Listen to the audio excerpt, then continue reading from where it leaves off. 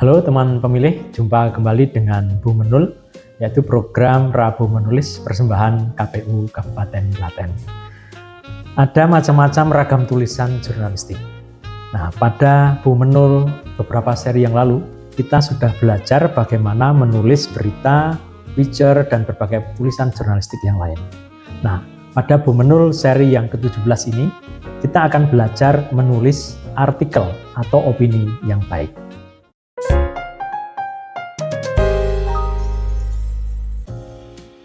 Nah, seperti biasa, sebelum kita memulainya, saya ingin mengajak teman-teman semua bagaimana kita belajar menggunakan padanan kata bahasa Indonesia yang benar dari beberapa istilah asing yang sehari-hari sering kita jumpai.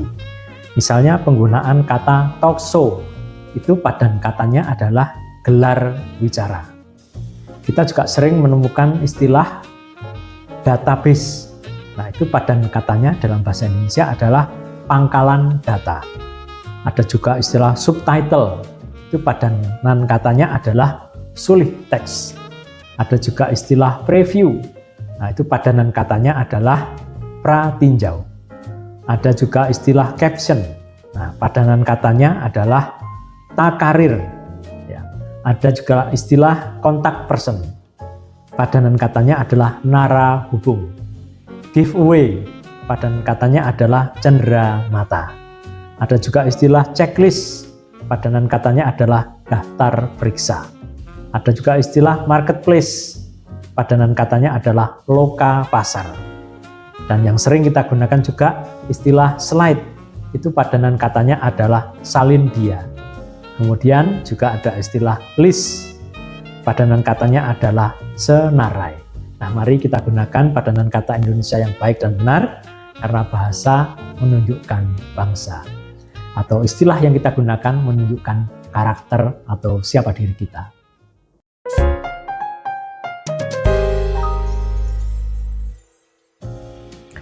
Kemudian, mari kita menginjak ke materi bagaimana kita menulis artikel atau opini yang baik. Mari kita awali dengan pengertian artikel. Artikel atau opini adalah jenis tulisan yang menyajikan pendapat, gagasan, atau sudut pandang pribadi penulis mengenai suatu topik atau permasalahan yang sedang aktual atau yang sedang hangat dibicarakan di tengah masyarakat. Nah, meskipun bersifat subjektif, namun opini yang ditulis harus tetap didukung dengan fakta, data, dan argumentasi yang logis.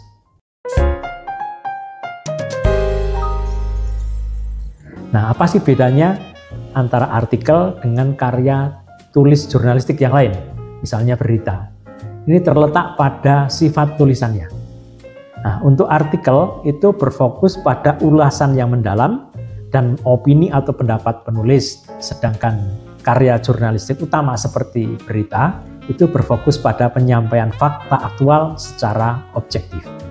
Kemudian artikel bersifat subjektif, yaitu berbasis pada opini yang didukung dengan data atau fakta. Sementara berita itu bersifat objektif, hanya berupa fakta murni tanpa adanya opini atau pendapat penulis.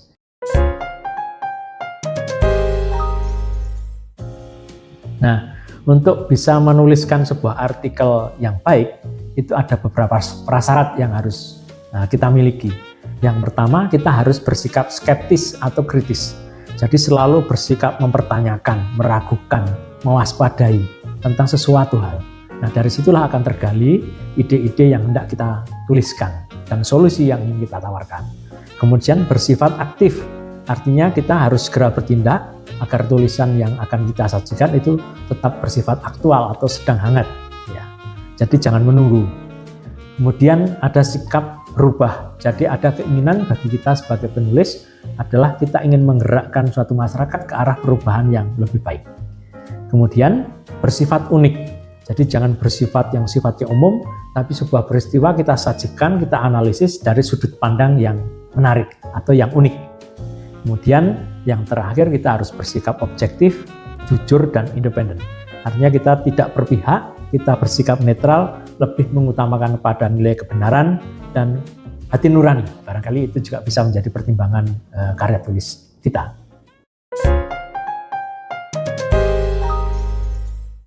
Kemudian ada beberapa masalah ketika kita hendak mulai menulis, terutama pada teman-teman penulis pemula. Yang pertama yang selalu menghantui ketika kita hendak melangkah menulis adalah takut salah atau takut jelek. Nah, ini harus kita hindari, harus kita hilangkan. Jangan merasa tulisan kita pasti jelek atau salah. Jadi hantu rasa takut dan jelek itu harus kita buang sejak awal. Kemudian biasanya bingung harus memulai dari mana. Kemudian susah menemukan ide yang menarik. Tidak tahu bagaimana membuat alur dan logika tulisan yang runtut atau sistematis. Kemudian susah merangkai kata, sulit fokus, semangat naik turun. Nah, semua kendala-kendala menulis ini akan kita coba atasi bersama melalui program Pemenul ini.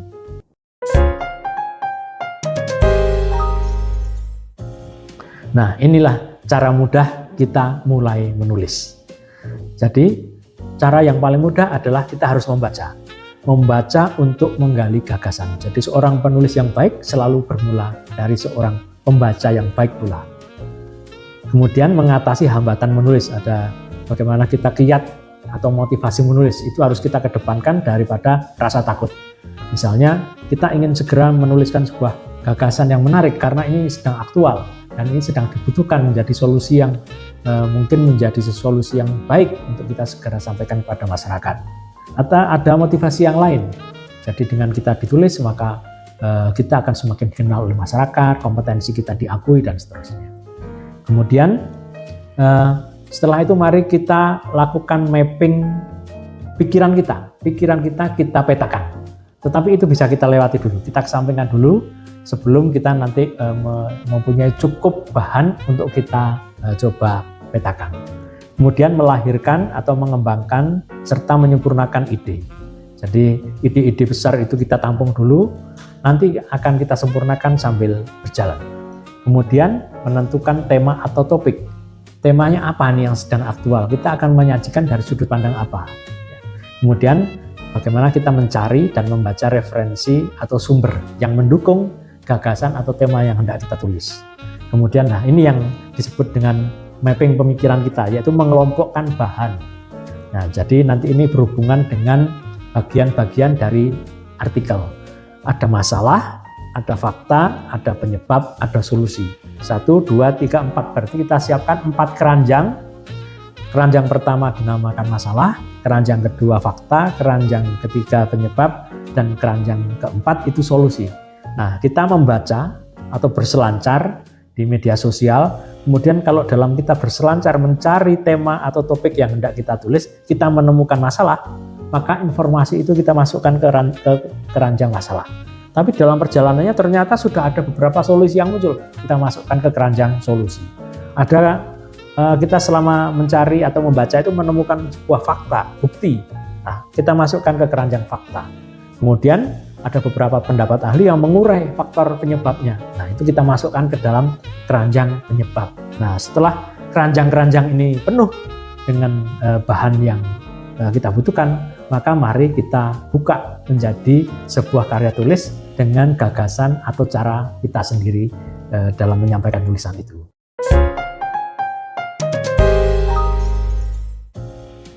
Kemudian artikel itu sifatnya adalah orisinil, jadi betul-betul karya tulis kita sendiri. Kalau misalnya mengutip pendapat seseorang atau sumber tertentu, ya harus disebutkan di dalam tulisan kita sumbernya dari mana. Kemudian bersifat faktual atau aktual, jadi tidak boleh basi, tapi harus bersifat kekinian apa yang sedang menjadi pembicaraan di tengah masyarakat. Kemudian bersifat ilmiah, karena pendapat kita atau opini kita didukung oleh fakta dan data dan argumen yang logis.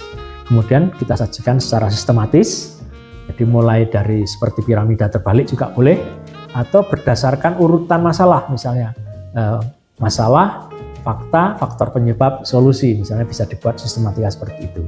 Kemudian mengandung gagasan atau ide, serta yang terpenting juga adalah menggunakan bahasa yang baik dan benar.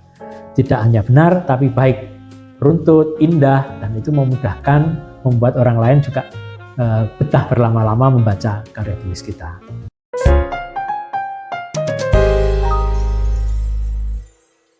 Nah, ini bagian yang berikutnya adalah anatomi atau bagian-bagian dari tulisan artikel itu. Pertama adalah judul. Judul ini tidak boleh terlalu panjang, mungkin hanya 4 atau maksimal 5 kata saja, yang cukup kuat, cukup menarik, kemudian menimbulkan rasa penasaran orang untuk membaca. Bisa berupa tanda tanya atau pernyataan yang sangat kuat misalnya. Kemudian di bawah judul ada pendahuluan atau pengantar. Ini berupa alinea pertama atau kedua, tergantung kedalaman dan kemenarikan suatu masalah. Kemudian setelah itu berupa masalah. Misalnya saja pengantar di depan bahwa tulisannya, judulnya misalnya tentang darurat literasi demokrasi misalnya. Nah, ini sebuah kekhawatiran, keprihatinan kita sampaikan di bagian pendahuluan atau pengantar. Dan kita sebutkan masalahnya, bahwa ini kalau dibiarkan secara terus-menerus, ini akan menimbulkan suatu masalah dalam jangka panjang. Misalnya akan menurunnya peradaban kita, menurunnya kualitas hidup, kemajuan suatu bangsa akan terhambat dan seterusnya. Ya, nah ini masalah. Kemudian faktanya apa? Bahwa saat ini kita sedang mengalami posisi dalam kondisi darurat literasi, yaitu menurunnya minat baca. Misalnya menurut UNESCO hanya 1 orang dari setiap 1000 orang yang membaca. Bahkan dari 4 orang itu 3 orang diantaranya selama 1 tahun tidak membaca sama sekali. Nah, ini berupa data atau fakta kita sampaikan. Kemudian juga kita sampaikan betapa sangat rendahnya karya tulis yang dipublikasikan. Kita setiap tahun misalnya, setiap tahun hanya misalnya 125.000, kalah jauh dibandingkan Malaysia, kalah jauh dengan India dan seterusnya. Nah, ini kita komparasikan supaya masyarakat tersadar, oh ya betul, berarti Indonesia sedang mengalami darurat literasi. Nah, kemudian pada bagian berikutnya adalah analisis. Jadi mengapa sih faktor penyebab orang malas baca dan karya tulis kita yang dipublikasikan sangat rendah? Ini kita bedah. Nah, ini kita bisa berselancar menurut pendapat ahli atau juga menurut pendapat kita sendiri. Nah, kemudian baru pada bagian akhir kita tawarkan solusi sebagai jalan keluar. Apa ide kita agar darurat literasi itu dapat diatasi? Misalnya dengan cara meningkatkan minat baca, kemudian meningkatkan minat orang untuk menulis dan menerbitkan buku dan seterusnya.